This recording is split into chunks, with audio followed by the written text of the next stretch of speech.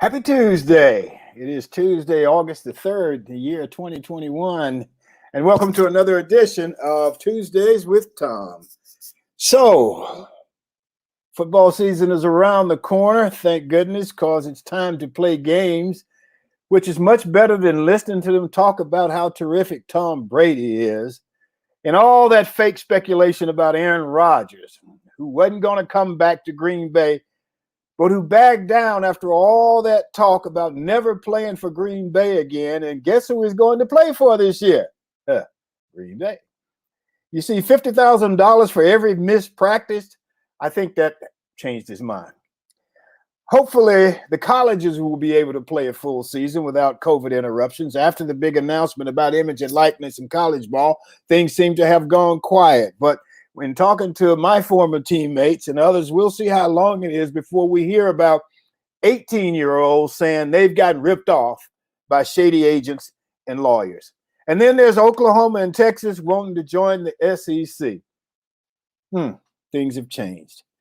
I met up with a former teammate of mine for lunch this past week, and we had fun. We had a lot of fun. We laughed a lot. We reminisced. And unfortunately, we have a couple of our teammates who have serious illnesses. And the great thing about good teammates is we're very good at rallying around each other in times of illness and sickness. We're very close. We look out for each other, and the memories and friendships are incredibly special. We describe ourselves as teammates for life. We will be there for these guys. It's who we are. It's part of our DNA. So, what do former players talk about when they get together after many, many years?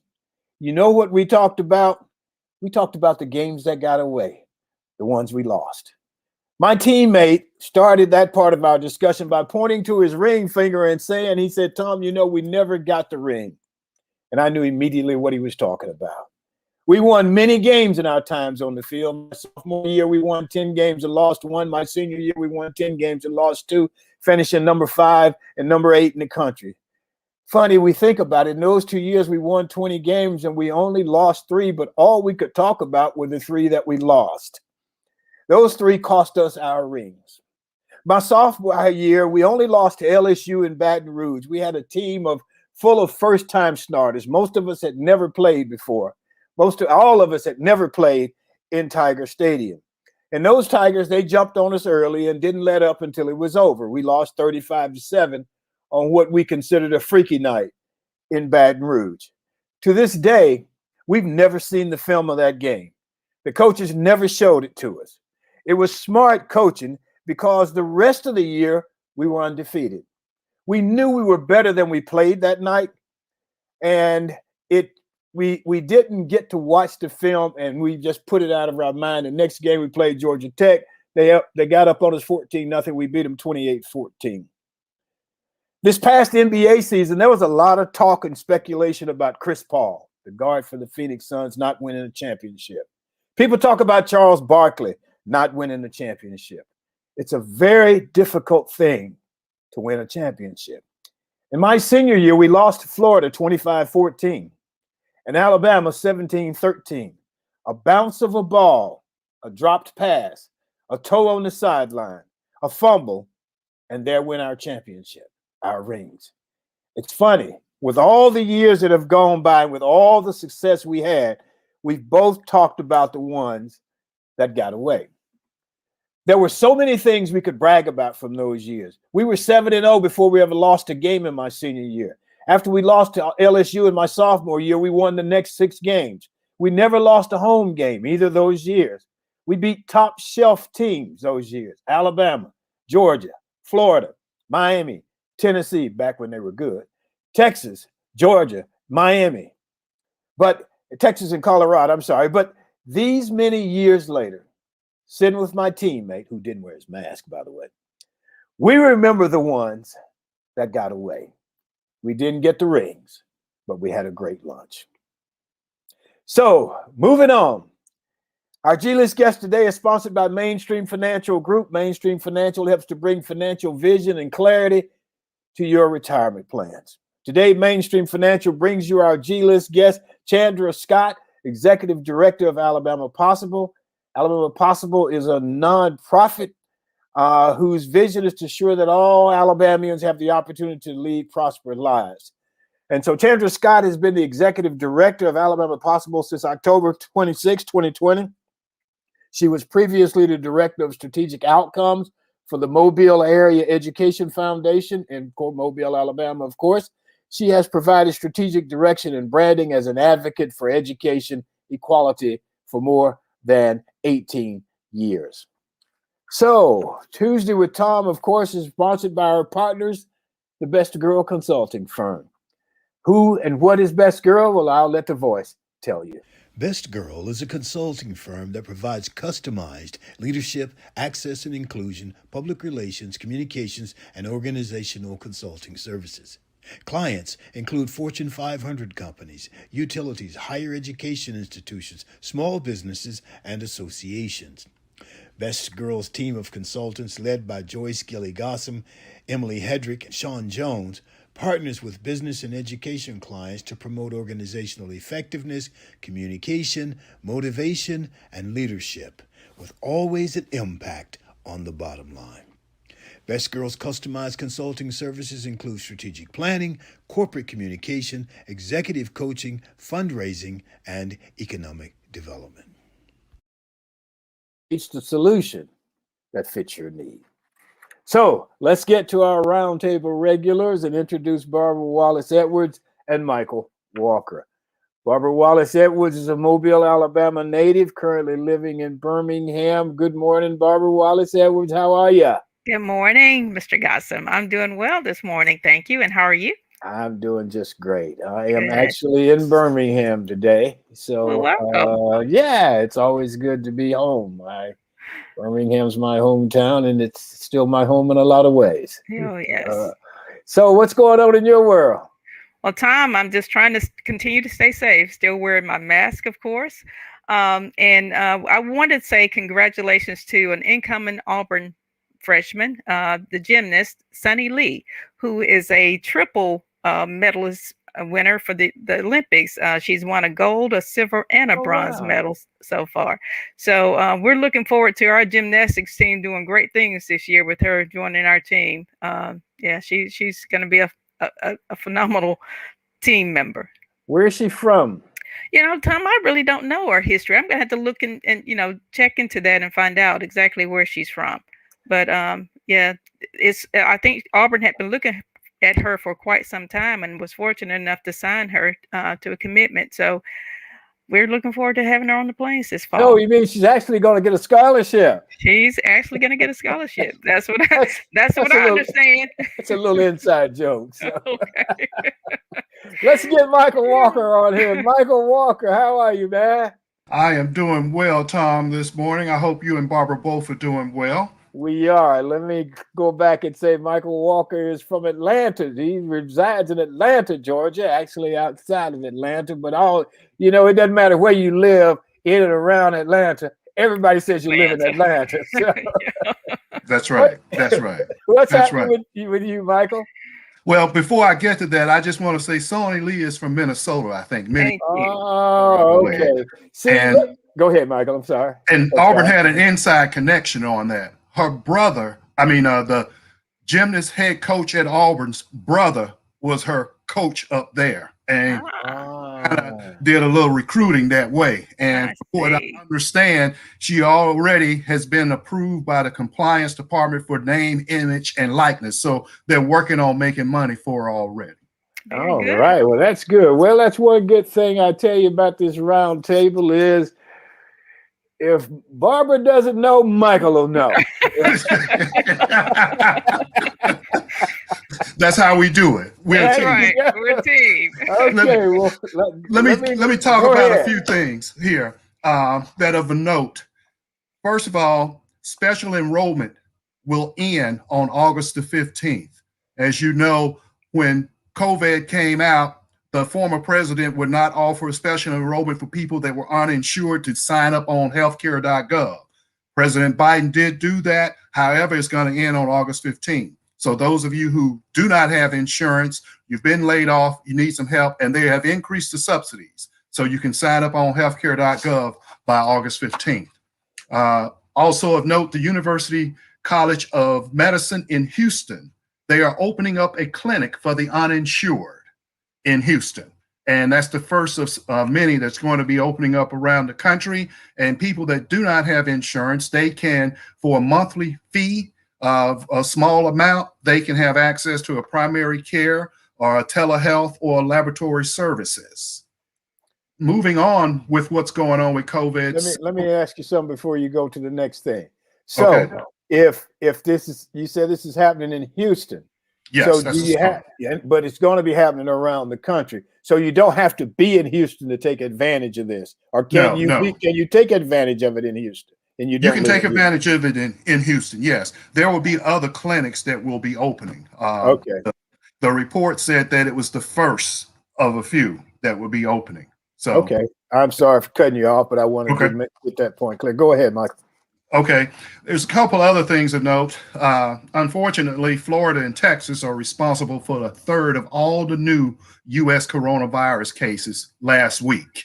Both governors of both Florida and Texas have vigorously fought mandates. Google, Facebook, Apple are delaying returns to the office because of the rise in the coronavirus. Walmart, Publix, Kroger, CVS and Targets are now requiring employees to wear masks now and to mask up. Some businesses, such as gyms, are now going to require proof of vaccination or a negative COVID test before they allow you to come back into the gym.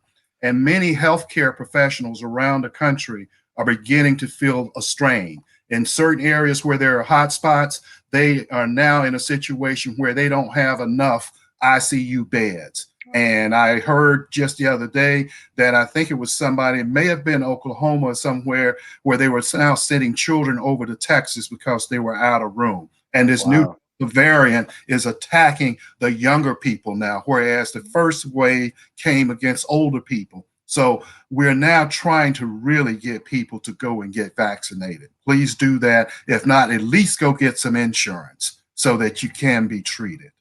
And please wear your mask. Yes.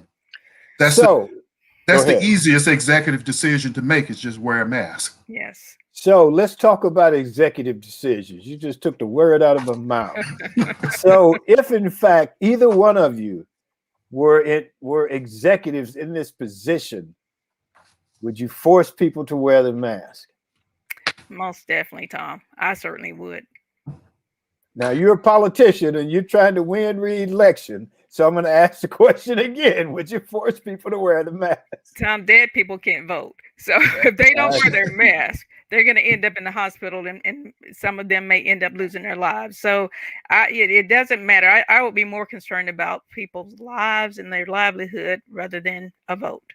And even as a politician, I would enforce the wearing of the mask. Michael? I'd say as a politician, my political answer is this. We're trying to continue the restart of our economy. Without healthy workforces in place, our economy is going to take a hit, and that's going to impact everybody's bottom line. So I'm asking everyone to please mask up and get vaccinated so we can get our economy back on the right foot. As a CEO of a business, I'm mandating you're going to wear a mask and you're going to get vaccinated. Bottom line. So let me follow that up. Should businesses be able to force people to wear the mask? Their employees? Absolutely. Yes, absolutely. Okay. I mean, absolutely. I don't see and why in some cases, I think they should force them to mandate them to be vaccinated unless they have a medical reason as to why they cannot. I think they should force them to even be vaccinated. Why won't people be vaccinated? They only have to be 40. I think I saw 49.6% of the people in the United States have been vaccinated. And I also read stories where people who refuse to be vaccinated, and there's a couple of people who have recently died because they refused to be vaccinated, and then it was too late. And the lady said she took her husband to the emergency room and she never saw him again. Right. There was one lady that I read about that she and her family had refused to be vaccinated. Her son was in the hospital dying of COVID, and she put a plea out to everyone that she knew to please, get their vaccination. He ended up dying. She had them set up a vaccination center at the actual services for her son, hoping that people that attend the service would get vaccinated. So yeah, sometimes it's a little too late, but I think people are learning. It's imperative. People have to get vaccinated in order to save lives. And I don't understand the rationale of some who don't want to be vaccinated, don't want to wear a mask. It absolutely makes no sense to me.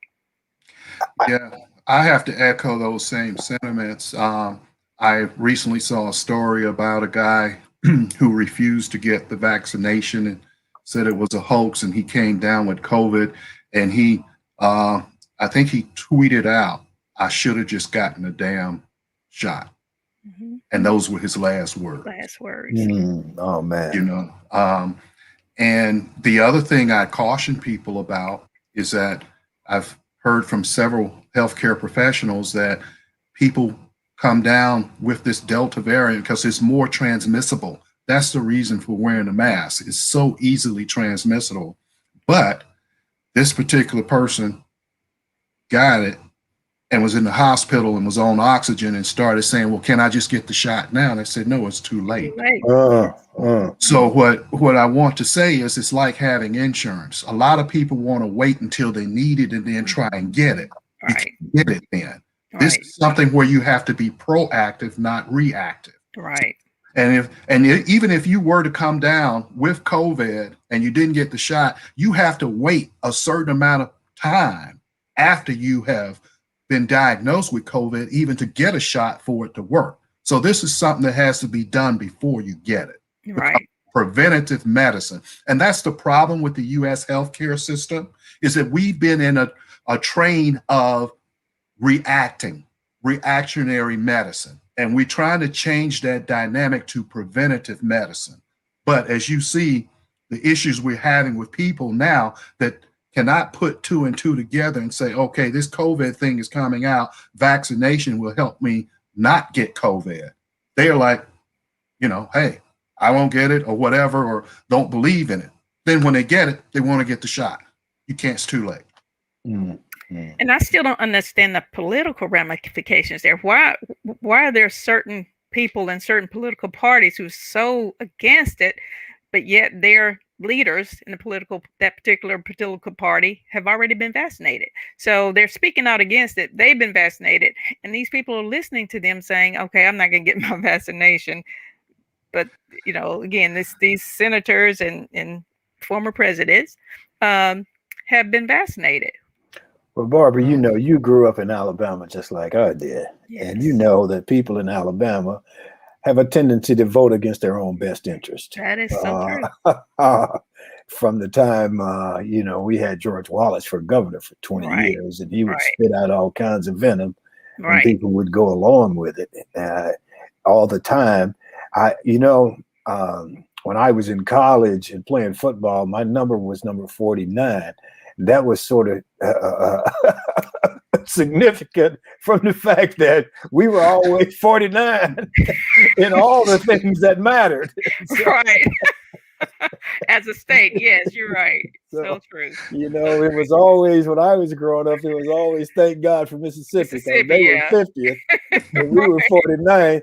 And now I think we may be tied, or they may be 49th. I don't know. We're on the bottom a lot of the times now. That's sad. I don't understand the politicizing of this. To me, it's common sense, and there's a difference. Why would someone try and politicize a situation like this? Beats me. Because if you think about the history that America has gone through, all the different epidemics that we've had to deal with. You remember the Spanish fly that happened, Spanish flu, happened back in 1918? Yes. 1918. And you had pictures of people, at that time. Right. And we got through there. You remember when polio was a big issue, and people were having polio, diphtheria, all kinds of things, and we got vaccinations for that. And Right. now we don't want to get a vaccination for this. And those people that say they don't believe in it, how do you account for the people that have passed away from it? Yes. I don't know. It's interesting. I don't know where it's going and how it reflects on our politics. So, I think the current president has done a pretty good job in terms of trying to get people vaccinated, in terms of getting the vaccines out there and so on and so forth. And for some reason, that's not enough. So, Right. I heard somebody, it was one of the political talk shows. I think it was maybe a new political appointee that was trying to be politically correct to get everybody to get vaccination. And what he said was, you had a Republican administration that fast-tracked the production of the vaccines. You have a Democratic administration that's implementing the vaccines and getting it into people's arms. So where's the politicization there? Mm-hmm. Both parties worked on that. Right. That's a good way to look at it. And maybe if we can get that message out to people, some of those people that are on one side of the fence are not getting it can say, well, okay, well, my leader, he helped to get it manufactured, and then other people can say, well, my leader is getting it into people's arms. So let's all work together on it. Just a way. Sometimes it takes some type of dialogue to get people on board. Well, most of the time it does. And with reasonable people, you can come to a reasonable conclusion by being reasonable. Yes. And when you're not being reasonable and you're just against everything, and I'm going to go back to President Obama, because I think a lot of the unreasonableness started with President Obama. Yes. I mean, George Bush, president before Obama, effed up a lot of things, and got us in 2 wars that has just taken all this time to get out of. And Obama comes in and immediately, what's his name over in the Senate?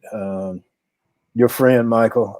The turtle. The turtle, yeah. Immediately the turtle says on the day that they're swearing the man in, we're going to do everything we can to make sure he's not successful. He's not successful. Yes. So how can you say you're for the country? Right. And I think that's where a lot of this division started. I remember the excitement when Obama was elected, and that night, and it was on television, people were gathered all around the country. I can't say everybody, but a lot of people. It wasn't just African Americans. It was people from all walks of life. And immediately the division started.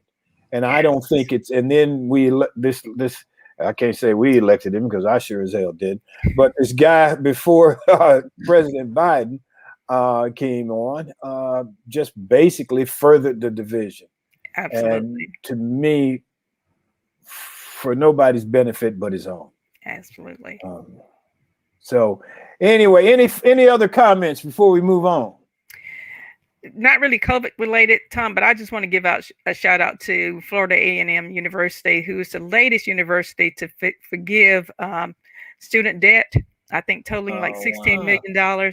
Wow. Yeah, so I want to shout out that university. And I think there's several others who have used their Federal Care Act money to forgive student debt, and that's a wonderful thing. That's going to help a lot of kids get through college. One thing I'd like to say, and I think we can talk about this further at another time, Florida A&M, HBCUs, I think we're going to start seeing, especially with this image and likeness and all this stuff in college football, I think we're going to start seeing a lot of the bigger football stars out of high school choose the HBCUs, because it's becoming more of a level playing field. Yes. And so you don't have to go to a college that plays big time football. It's just going to get you in television, but you may not have a great college experience. Right. And to me, the college experience is what everything is all about. So true. Any final comments? No. Enjoy. All right. Elect. Looking forward to our G-list star today. Yes. Well, let's go to the G list. The G list is where everybody is a star. The G list is sponsored by Mainstream Financial Group. Mainstream Financial Group provides financial services for both individuals and businesses. Their mission is to understand the unique needs of each and every client and work closely with you, assembling a planning team to develop and manage your plan to help you accomplish your defined financial goals. Mainstream has financial professionals who will provide you with a complimentary, no obligation financial review. These financial professionals can then offer the custom advice you need to mend together the pieces of your financial life and come up with a plan that's truly comprehensive. Mainstream Financial assists retirees and those who are near to retirement in planning for a secure retirement so not to run out of money during your lifetime. So you can take advantage of opportunities with tailored advice and the resources to act on it. Mainstream Financial Group. Don't let your money run out before you do. www.mainstreamfg.com, 205-324-0589 or 888-324-0589. So remember, Hollywood has the A list, and here on Tuesdays with Thom, we have the G list, where everybody is a star. Today's G list guest is Chandra Scott, Executive Director at Alabama Positive since October 26, 2020. She was previously the Director of Strategic Outcomes for the Mobile Area Education Foundation in Mobile, Alabama. Alabama Posible's vision is to ensure that all Alabamians have the opportunity to lead prosperous lives. And their mission is while breaking down barriers to prosperity in Alabama through education, collaboration, and advocacy. So let's get Miss Chandra Scott on here. Good morning. How are you? Good morning, Thom. I'm great. So great to be here this morning with you. It is good to have you. So I'm going to just start you off with a big softball I'm going to throw up there at the plate and just let you knock it all the way out of the park. So tell us about Alabama Possible and how do you go about breaking down barriers to prosperity? Sure. Alabama Possible is a statewide nonprofit in Alabama that's been here since 1993. This organization really was founded on the premise of just changing the narrative around those who are in poverty, to shift it from a blame conversation to that it was more of a healthy conversation to solutions. Over time, the organization has realized that educational attainment, which you spoke about earlier, is where Alabama was always 49th, 50 in education. So we realized that is the gap in which we have a lot of issues in our state. It all fits into the box of education. And so the organization began to give more focus to that and identifying what are barriers around post-secondary attainment in our state, because we always were ranked very low in post-secondary attainment. Now, once upon a time, you could go to high school and go right into a factory job in Alabama. Those times have changed. You have to have some type of post-secondary credential to get a livable wage job. You can get a job, but it would not be a career with a livable wage. And so that's really what this organization is about, is identifying whatever barriers exist for individuals across our state to be able to experience a post-secondary journey to either a credential, certificate, or degree that gets them on the pathway to a livable, promotable job. Okay. Nelson Mandela said that education is the most powerful weapon you can use to change the world. Absolutely. Is Absolutely. that something Alabama Possible? Is that, go ahead, I'm sorry. That fits right into the core of who we are. When you look at the climate of our country today and where the divide is, it's amazing how sometimes in politics we will prey on those with less education to do our fight for us. And that's unfair. And so we have to make sure that everyone is equipped with education, with understanding, because it is the tool out of poverty. We realize that not everyone is built for 4-year education. And to be honest, there are jobs that exist that don't require 4-year education that will start you off at 75,000 a year. And it's within our state. And so that's what a lot of people don't understand, that the opportunities do exist in Alabama, but you have to equip yourself. And we know that there's a lot of financial barriers for individuals to take on a post-secondary attainment pathway, but there are resources in which our organization works really hard to help those individuals gain access to equitably. And the start of that is through the FAFSA. That has been one of the cornerstones of the work of Alabama Possible, is getting more people to understand the existence of the FAFSA and why it's so important to complete while you're in high school.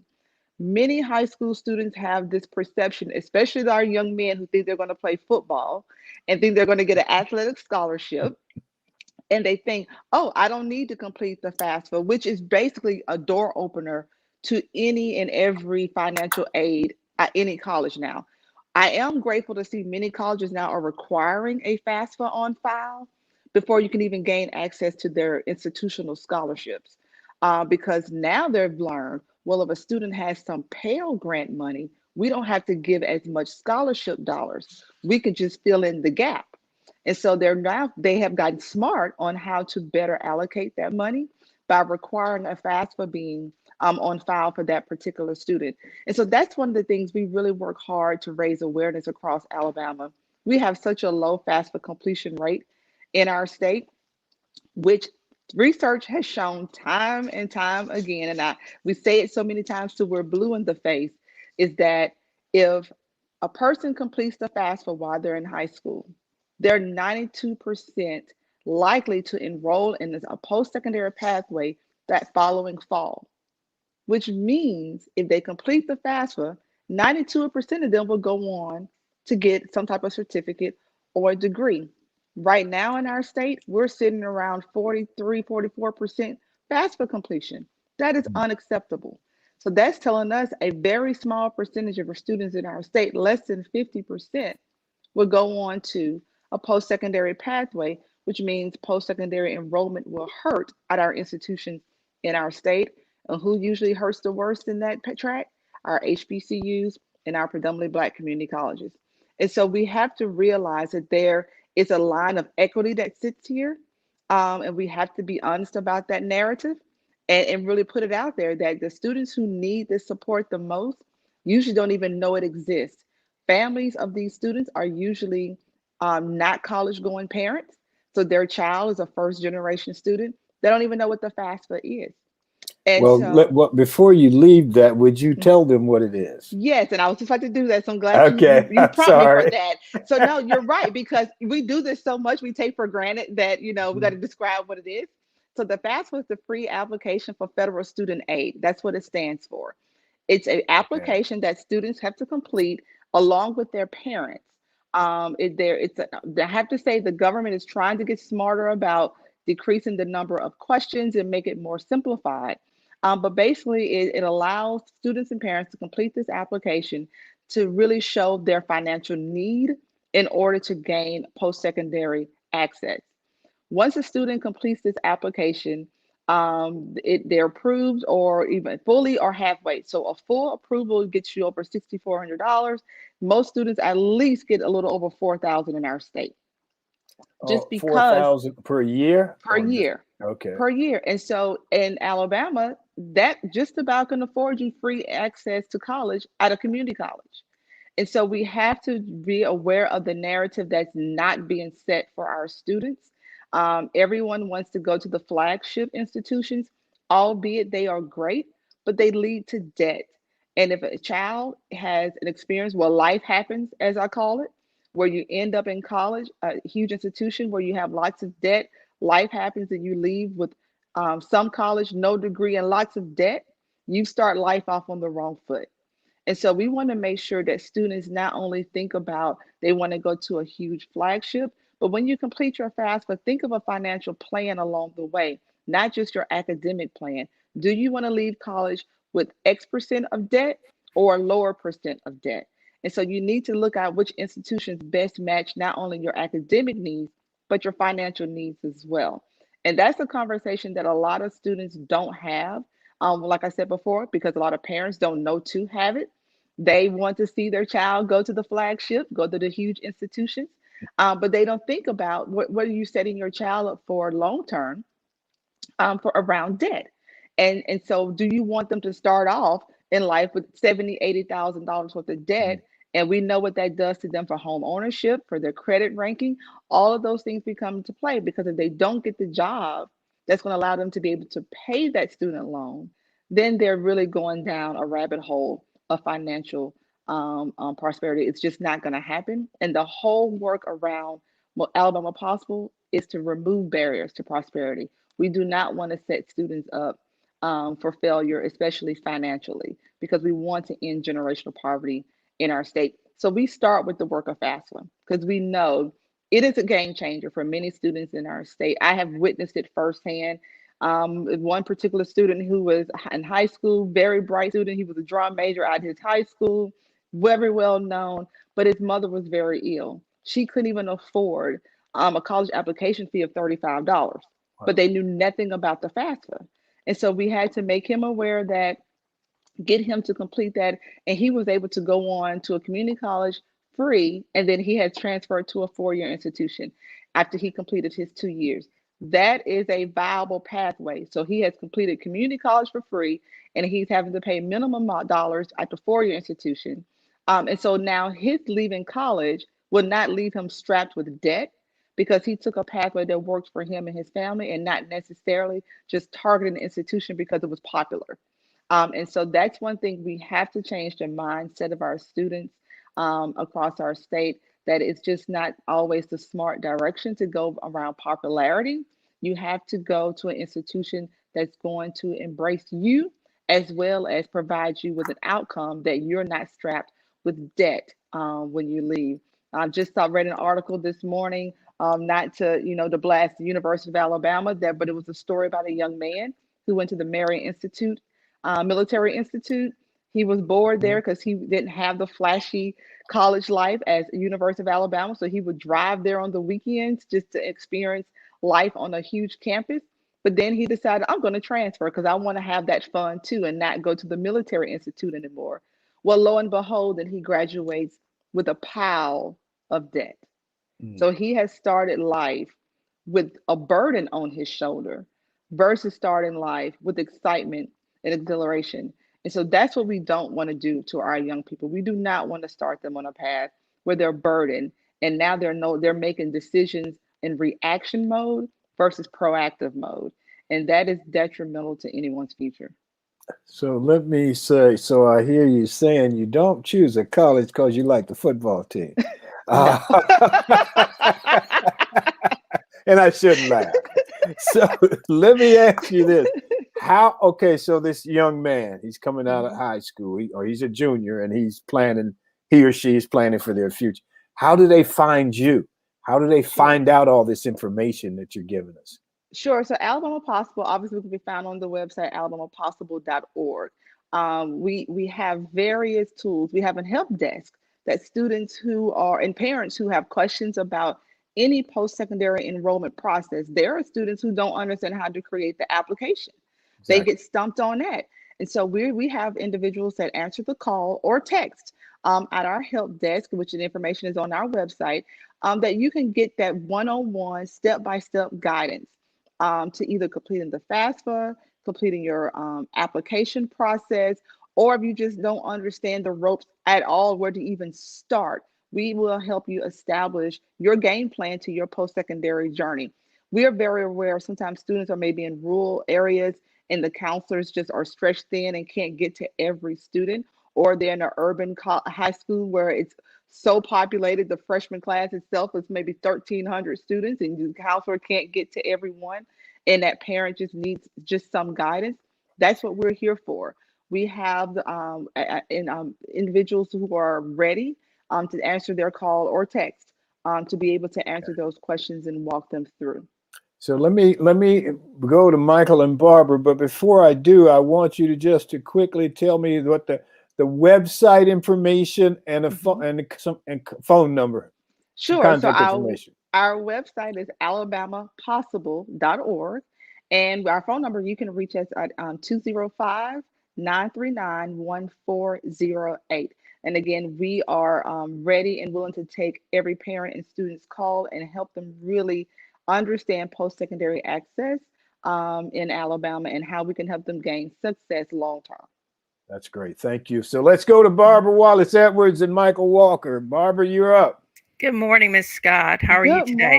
Good morning, Ms. Edwards. I'm great. Great to be here. Thank you. I do have a question and maybe even a comment I'll start with. There was a student out of Mobile, actually, whose parent, a single parent, contacted me because their son was interested in attending Sanford University. And she asked me if I knew anyone, that if I could help him get into Sanford, help him get some financial aid. I was, willing to reach out to a board of trustee member, try to help the student. Well, I went back to the parent to say, has this, student complete the application? Have they completed the FAFSA? And this was just maybe a month or two before graduation. She responded 2 weeks later to me to say, let me check with my son. When she said that, I knew they hadn't completed anything, because if she hadn't been involved in the process, then of course nothing had been done. So how do we educate the parents? She didn't know anything about Alabama Possible. I'd never heard of it before. So I didn't even know to direct her there. And it was probably too late at that point anyway. But what is the deadline for FAFSA completion? And how do we educate the parents early in the process to get involved and to know that those are the steps they have to follow? The student has to complete the application and the FAFSA process application before anything can start. Yes, so let me start with the date. So FAFSA opens every year, October 1. That is the date. I always tell everyone that's the green light. Get your pen, get your laptop ready, start that day. The deadline is June 30th. However, I do not like sharing that date. I like to share November 30th as the deadline. And the reason for that is most colleges' scholarship deadlines are in November. And so if there's a FAFSA requirement to gain access to scholarships and you complete your FAFSA after the fact, you have missed the opportunity to be able to leverage your FAFSA dollars with scholarships from the institution. So let me address the next question about parents not knowing what the FAFSA is or that it even exists. We were in the middle of the pandemic, and this was a conversation that has been going on for a long time. But we realized because students and parents no longer at this point have almost any access to counselors because virtual learning, if those who were doing hybrid, or even they were in the classroom, parents weren't allowed in the building for CDC guidelines. So parents didn't have any access to information because if you have a high school, information doesn't make it home, right? So we realized that parents are really much more now having a gap in communication around post-secondary access.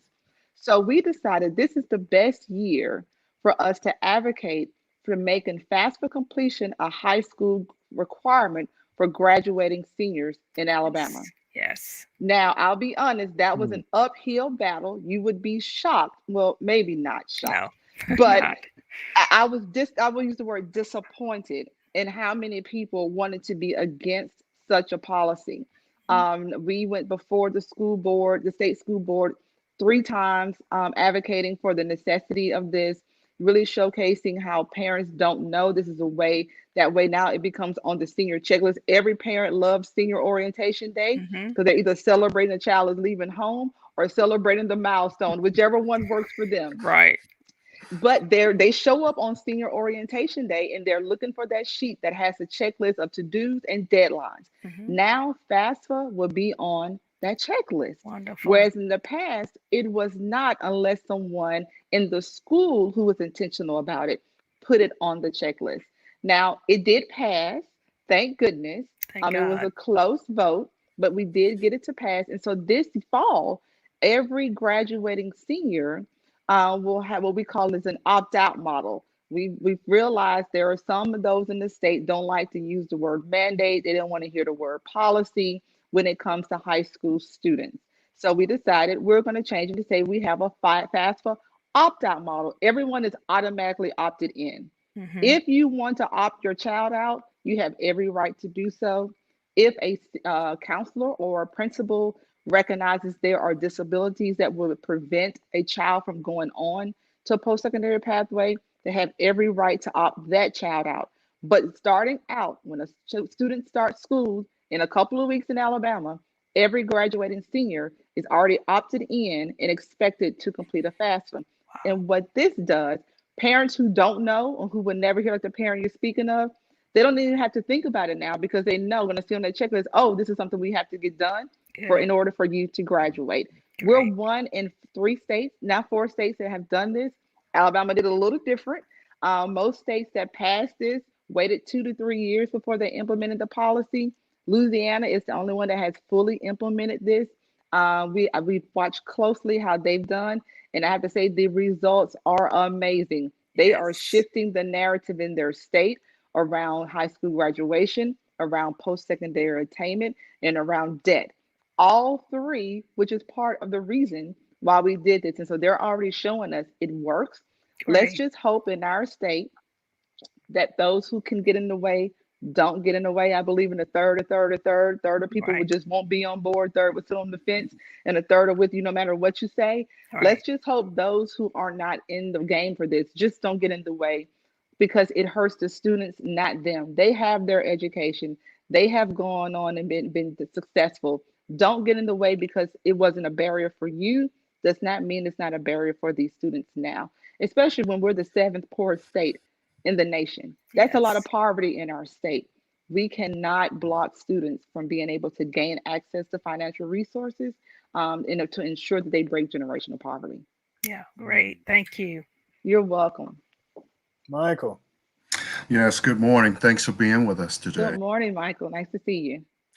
I want to ask you this question. And first of all, I agree with what you're doing. I support it 100%. We all know that knowledge is power.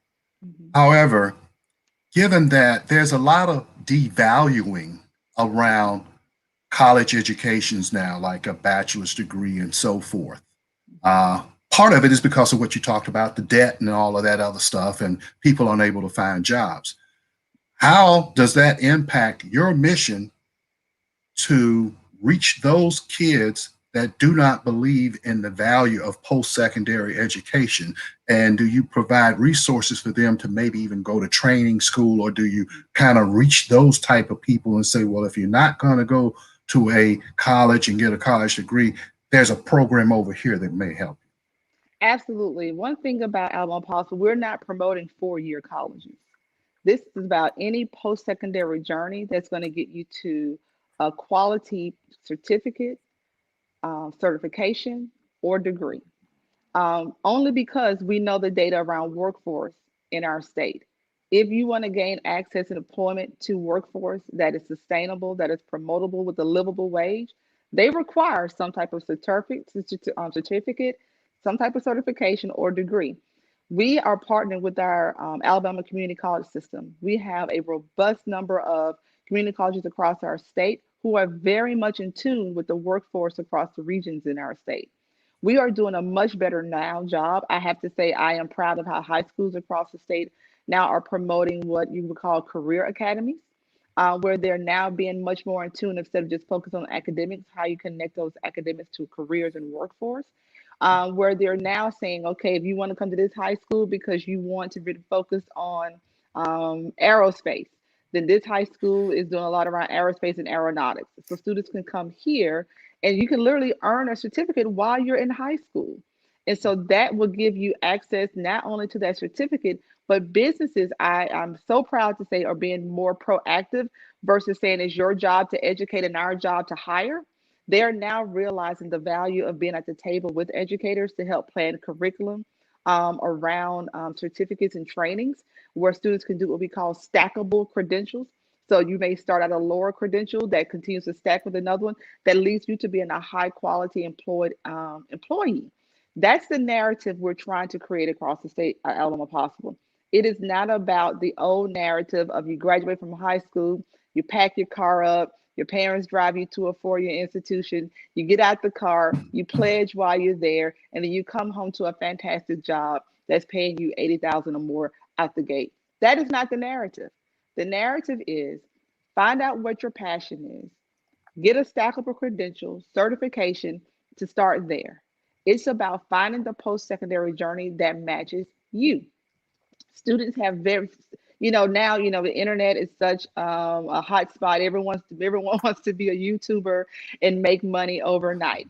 I had to go through this exercise with my very own children to Mhm. show them, okay, let's search for this YouTuber that you love so dearly, and let's see if we can track their timeline and look back how far they have done recordings before they became as popular to you knew them. And when they look and see, oh my God, it took them 10 years before I knew who they were. And I'm thinking, now I want you to think about if you were going to school, would it have taken you 10 years? No. And Right. so you have to be able to make that connection for students where it makes sense to them. Start off, if you need to, with either community college and get a stackable credential or certificate, and then take that path on from there. One thing we have learned, life happens. So if you go to a four-year institution and life happens, you can possibly leave there with some college, no degree, and debt. Wow. That is not the pathway we want to set up for students. And so we always want, and that's the reason why I always tell people call our help desk and talk to someone to make sure you're picking a journey that's not an expectation of someone else, but an expectation of yourself. We've all been there where parents have kind of laid out the pathway for you, like this is the journey we want you to take. But if it's not the journey that you want, trust me, you're going to do unintentionally probably screw it up. And so we could, because it's not your passion, but then at the end, you bear the cost of that. And we want to remove Alabama from being on the bottom of the list of post-secondary attainment, being the poorest state, have the highest number of children in poverty. The only way to get off that list is to make sure more people are educated and gain access to jobs where they can be promotable and have sustainable, livable wages.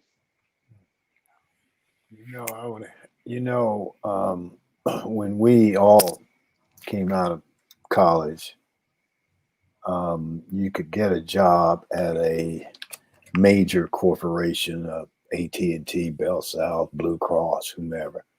But the one thing they did continually, particularly in your first 5 years or so, is you had to go to some education class, some training, something every year. They made sure you went to that the company sponsored. And it Yes. may be an outside entity putting it on. And they got away, companies got away from that. They don't educate you. So you could come in with just the education you had attained, whether it was your high school or college or whatever, and you got further educated. And I don't think that happens anymore. You're kind No, of on yeah. your own. Yeah, most corporations now want to have the expectation of you coming in with some skill set and some training. There are some corporations, very few and far between, after you've been there for a while, will usually help you if you want to increase your attainment. Note that I said increase. There was already expectation that you came in with some training or some type of degree already. And so that's what we have to make sure students understand.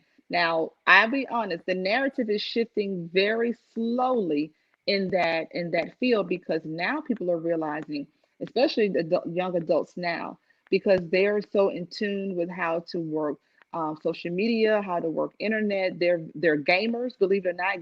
Those who are true gamers get hired very quickly because they understand technology.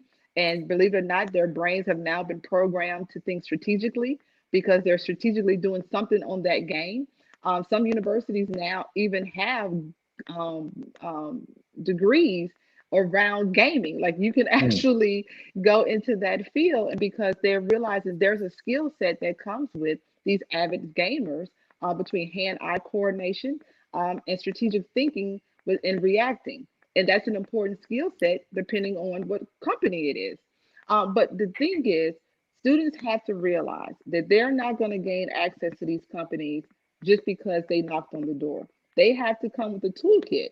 And in that toolkit, they want to know what formal training have you had that I know that you're going to be a solid employee of mine, that I can continue to promote and build up through the ranks. If you're not that, they do not want to do the investment. And so that is why, we realize, and even in our state, we have lots of students especially adult learners. We can't forget about them. We have little over 62,000 people in our state who have some college and no degree. And guess what they all have in common? Debt. Yes.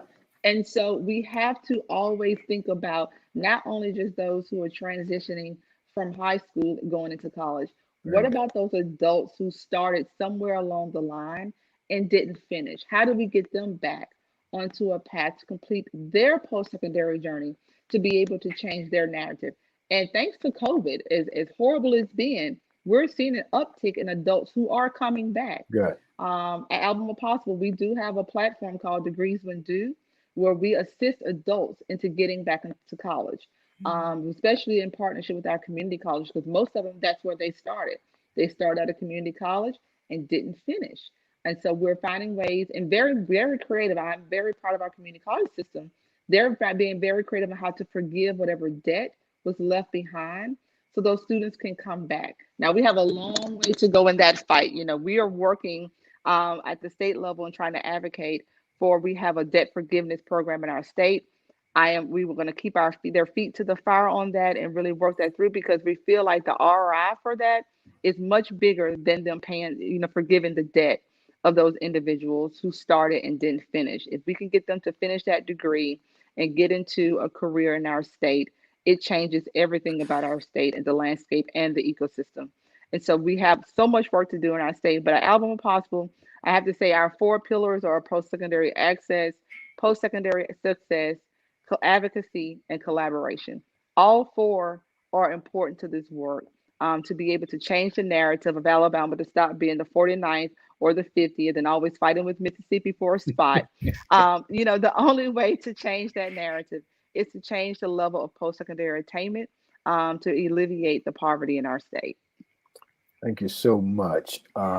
We might have time for a quick question with a quick answer. Either one of you guys Sure. got anything else? This may be quick. In doing my research, I was pleasantly surprised to learn that Auburn University was heavily involved in the development of Alabama Possible. Yes. I just wanted to know, is Auburn still involved? Is you Yes. getting any type of support? Is it, from Auburn? And if so, what areas? Yes, so we have board members that's still on there from Auburn. Auburn is very much one of our champions. They really help in our advocacy work and our collaboration work. We do poverty simulations, and they really help us to push those by providing volunteers across the state. Of course, now we do them virtually, and that's just to change the narrative and build empathy around poverty in our state. But no, Auburn is definitely a champion of Alabama Possible, not only in legwork, but financial as well. And so we're very proud to say that Auburn is a huge fan and supporter from day one, of Alabama Possible. Yes. Michael? Well, you kind of touched on it. I was going to ask you, what is poverty simulation? Yeah, so a poverty simulation is an exercise an individual goes through that they receive these a certain amount of money, but Oh, then you yeah. have these different situations that happen, whether it's you had a flat tire, Yeah. anything can happen. How do you manage? Do you fix the tire, or do you just take public transportation? And you watch your account either dwindle or increase for that month. And the goal is to have money left at the end of the month. But what you would find, those who are in poverty usually cannot have money left at the end of the month because life happens. And how do they manage it? And so it changes the narrative and the heart and the mindset of individuals who are not in poverty or have forgotten what poverty was like. And it's a quick reminder or insight to what those who are in poverty go through every day, so we can stop looking at them in a negative way, but in an empathy way. That's great. Oh, that is Sandra, great. thank you so much. It's been wonderful. We appreciate all the information. One of the things we try to do on this show is get information out to people. And I think you've done an incredible job of that Yes. today. So Thank you. Thank you. So we say Alabama Possible makes a better life possible. How about that? That's right. And just one shameless plug, we have a huge event coming up in November 4th, which our dear friend Thom and his wife will be our special guest. So stay tuned for that event. It's going to probably be a hybrid event, and we're excited about having them for our conversation with the Gossams, the messy middle. So we're excited about that. We are looking forward to doing it, and it should be a lot of fun. So, and I hope we get to do it in person. That would be more fun. Yes. We're hoping for it. Okay. So let me do a closing commentary, or as I see it, and just leave you with this. The United States has had more than 34.9 million confirmed COVID-19 cases and more than 613,000 deaths. More than 164 million, 0.7 Americans, 49.6% of the population have been fully vaccinated. Hospital and health officials in Texas are pleading for residents to get vaccinated, as a dramatic increase in patient strains have an already decimated healthcare system. In Nevada, state employees who aren't fully vaccinated for COVID-19 must take weekly virus tests starting on August 15th. In New Orleans, emergency medical responders have been so hit by a resurgence in cases that the city doesn't have the capacity to adequately handle 911 calls. Mayor LaToya Cantrell said Friday, according to CNN, Cantrell announced a new mask mandate and an increase in EMS resources. Audience members at Broadway shows will have to show proof of vaccination and wear masks. Disney World and Disneyland are requiring all employees to be vaccinated, and visitors must wear masks once again. And that is, so please get vaccinated and wear your mask, okay? The life you save could be mine. And that is how I see it for this Tuesday, August the 3rd, 2021. And that is our show for today. So I want to thank the audience. We appreciate you being with us. I want to thank Michael and Barbara. I certainly want to thank our G-List guest, Chandra Scott. Our upcoming G-List guests on TWT are Frank Bricado, my old high school quarterback. I'm looking forward to talking to my old quarterback, and he's now the mayor of Hoover, Alabama. Dr. Tamala Maddox, the founding middle school principal of I3 Academy, are our next two guests. And we just want to remind you all that we will celebrate our 1-year anniversary on September the 7th. That's right. It's been a year. I want to thank our sponsors, Best Girl Inc. and Mainstream Financial Group. You know somebody who you think would make a good guest, please refer them to us at either Tom@bestgirl.com or Emily@bestgirl.com. I want to thank Emily Hedrick, the communicator, our producer. thanks Sean Jones, the organizer. Remember, enjoy yourself. Make every day count. Stay safe. Peace.